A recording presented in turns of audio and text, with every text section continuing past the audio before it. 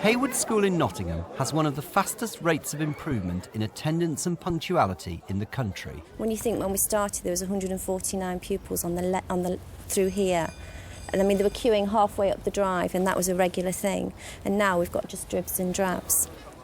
So how have they done it?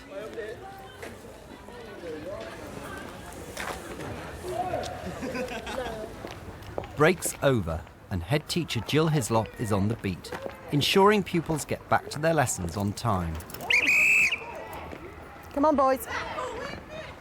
Since she took the job 3 years ago, Jill has brought Hayward out of special measures. Cap off, please. Now you're going in. Come on, boys, nice and quickly.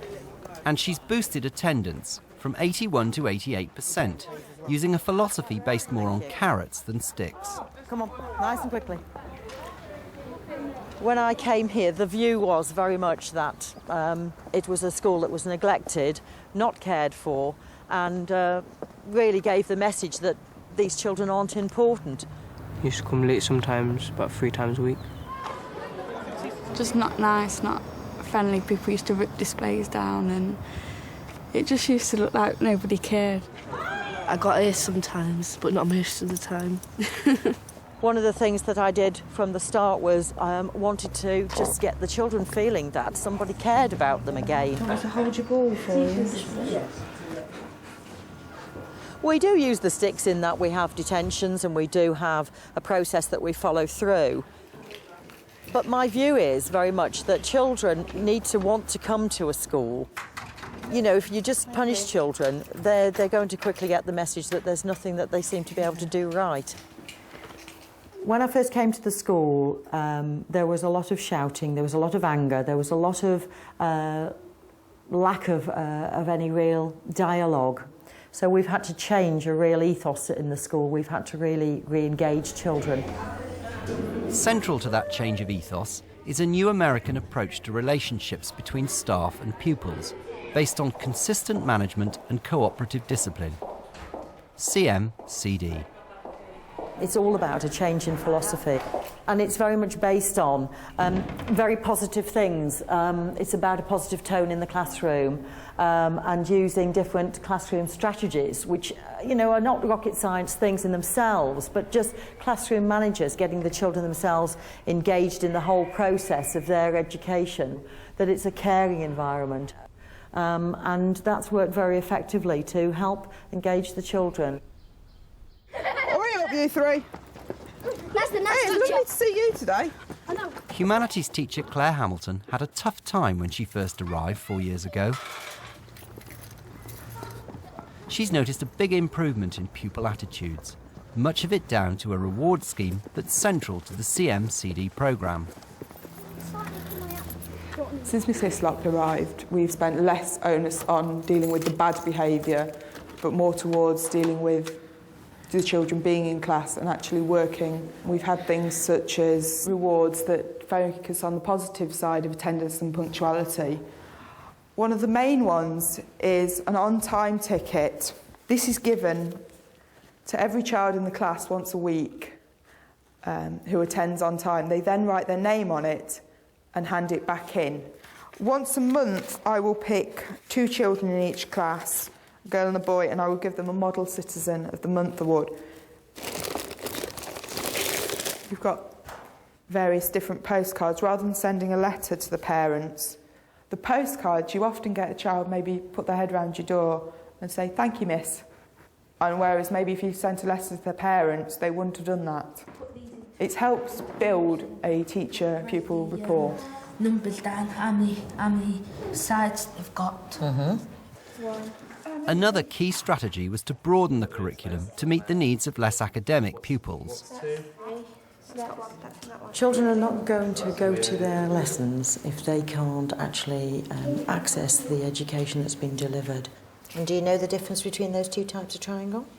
Because they've all got three sides. We've broken the curriculum down for different children's needs. The kinesthetic way of learning, the actual practicality of learning, is far, far more accessible. Let's show how well you can do. It was also crucial to rigorously enforce a structured approach to all lessons. come back over to the main desk, bring your sheets with you, and we're back to my time. Well done. Head of English Nicola Pearson is spearheading many of these improvements to teaching and learning. And on your sheet, you're going to see there are all sorts of horrible crimes on here. Stuff that hopefully, Lewis, you would never think of doing yourself. What you're going to do is you're going to put these in order, and you're going to start with what you think is the most evil, down to the crime that perhaps isn't as bad as any of the others.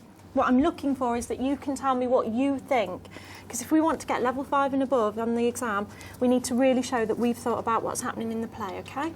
Yes, can you number them, like one? Yeah, so number 1, that's what Amy said, number 1 would be your worst crime, number 2 would be the second worst, and then all the way down, OK? We work very closely on ensuring that as soon as children come into class, there's a starter activity that they begin with for the first sort of 5 or 10 minutes to get them engaged with the lesson. I've taught at the school for 4 years, and currently I think we're at the peak of the best that we've been in that time, and there have been lots of things that have impacted upon that. One of them has to be the Key Stage 3 strategy, which obviously has happened in all schools, primarily started in the English department and then filters out across schools. What that means is that the children receive a 4-part lesson in every subject that they go to, so that they get that real consistency. Also, what I'm going to be looking at, and what I want you to be able to show me by the end, is that you can comment on the themes, the ideas in the play. What kind of things happen? What do you think about Macbeth? Is it the witch's fault? Are the crimes really bad?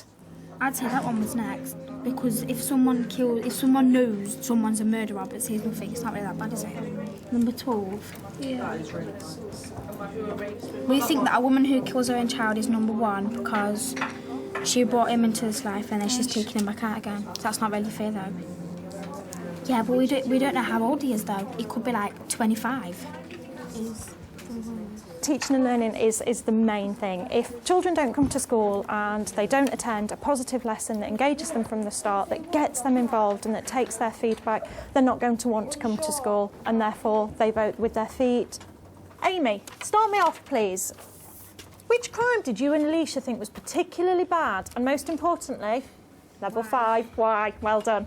We thought that a woman who kills her own child was the worst because she's brought the child into the world. Good. And then she's taken the life back of the child. She has no right to take the life of the child, whatever the reasons.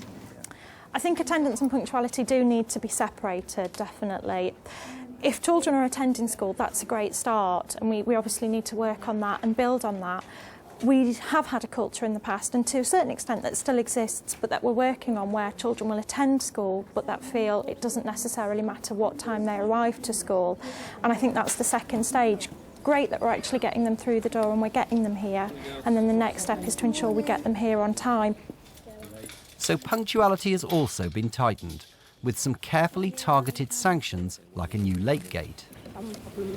Family problems, OK. Have you got a note at all, Tammy? No. Why were you late? Okay. Can you bring a note, please? Yeah. Overslept. We've got the detention tonight as well. Do you think oversleeping's a good enough excuse? I'm a strong believer, and I think the head, in fact I think it's a whole school ethos, we're strong believers in the carrot.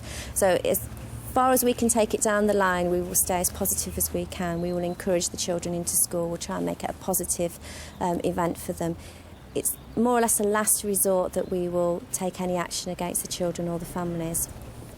If they come in at any time between 8:30 and 9 o'clock, they get the 10-minute detention. If they don't do the 10-minute detention at the end of the day, it mounts up and they'll do an hour's detention at the end of the week, where they'll actually be collected from class and they'll have to sit the hour's detention. Obviously, we'll have informed the parents of that.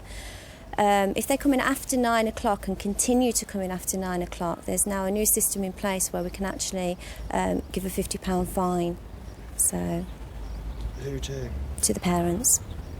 And do they pay out? Luckily, we're only going through the process of doing 2 at the moment because it's been a really strong deterrent.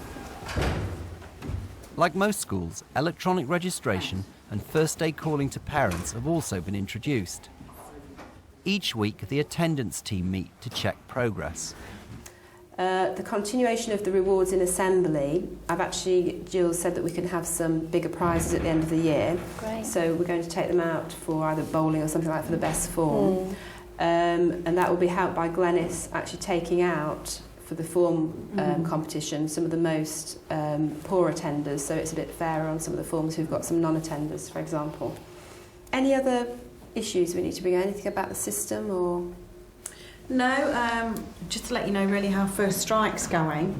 Of the calls that I did get through, the vast majority, 61% of children, were actually off sick. The parent just hadn't got round to giving us a call. Oh dear. Most of the parents were really supportive of the phone calls, especially the odd ones who thought the children were in school and they weren't. The number of calls are reducing. For instance, on the 21st of February, I made 54 calls, and on the 3rd of March, I only made 19. So, you know, it is getting a lot better.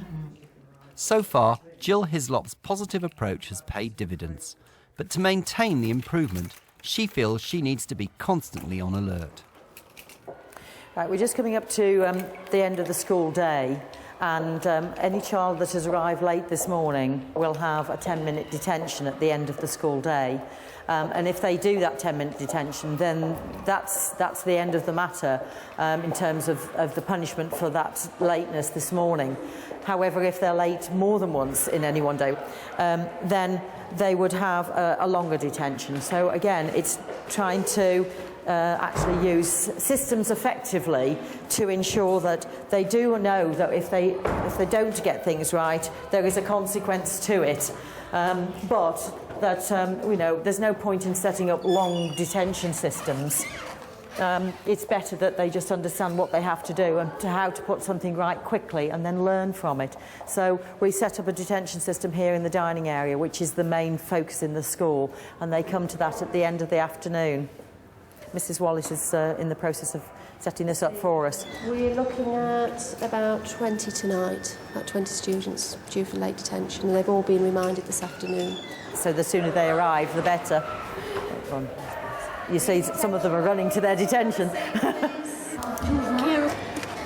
Kira, right. Tammy, why were you late this morning? Because I overslept tonight. You overslept? And I had not a detention, family problems, because my mum slept at my aunt's because she's got a bit of problem. Right, okay, so we need to try and get the oversleeping sorted out, don't we, okay? When I first came here, the children were coming into lessons 20 minutes and half an hour late into a 50-minute lesson at that point in time, and they were constantly seeing that there was no problem with that. We have reduced that whole process down to now we've got children where if they're 10 minutes late, they know that there's going to be some punishment. It would have been an impossible task when I first came here. We would have had everybody in detention, I think. And, you know, that's changed hugely to, again, there isn't the need now to be constantly sweeping the school to get children into lessons. They're in lessons because that's where they want to be. The reputation's increased, so it's gone positive, which is a good thing. And I feel like more welcome, more... Like now I can say Haywood proudly. Because your friends come in, you're more, you know, you want to come in. And it's like a chain reaction. If a few people start coming in, everyone else wants to come in. Looking back to how we are now and to how we was, it is a lot better. It was horrible. I don't know how we did learn anything by the situation how it was, but now it's a lot better.